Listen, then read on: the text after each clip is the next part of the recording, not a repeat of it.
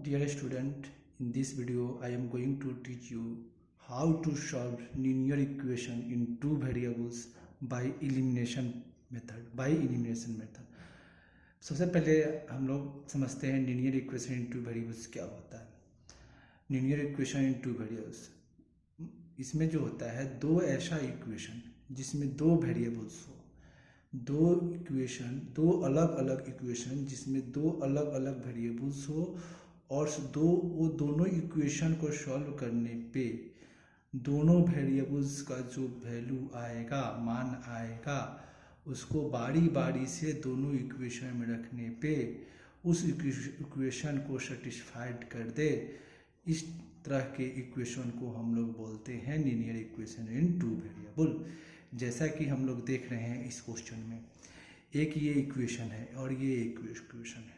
हाँ, तो ये इक्वेशन को दोनों को जब हम सॉल्व करेंगे और x और y का वैल्यू जो आएगा, x और y का वैल्यू इस LHS में रखेंगे तो 75 देगा और इस LHS में देंगे तो 11 देगा।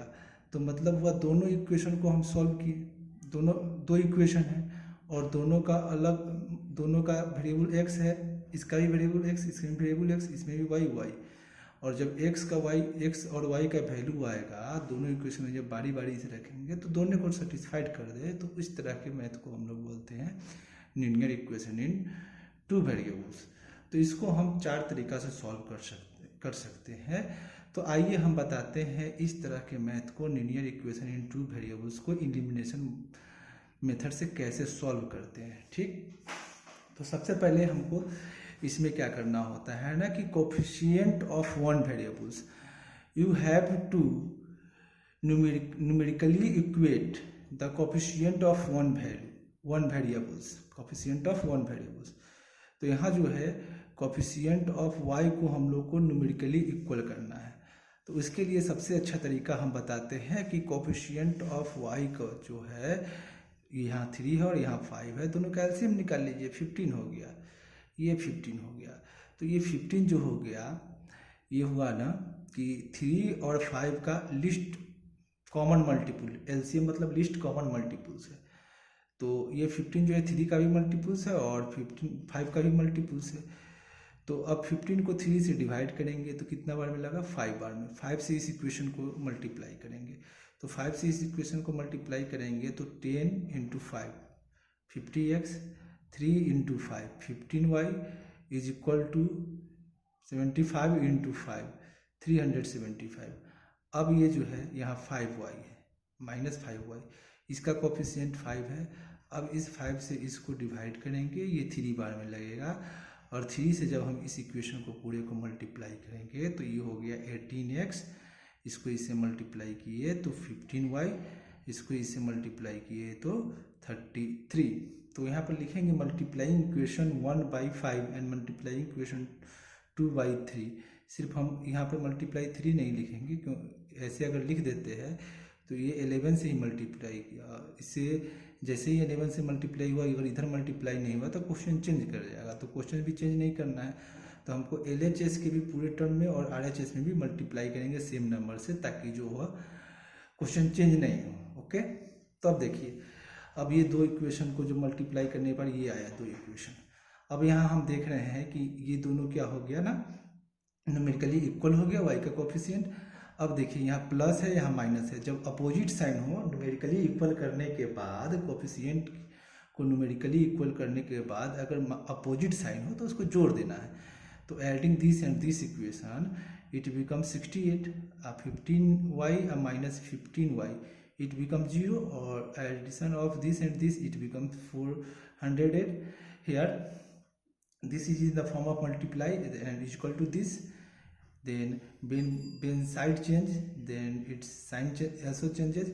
Here 68 into x, so x is equal to, when it comes this side, its sign will change. So we can write this as 408/68, that is equal to 6. Okay, now we get the value of x. Now put x is equal to 6. You are free, you can put x is equal to 6 in equation 1 and 2 also. Okay, Now I am going to put this value in equation 1.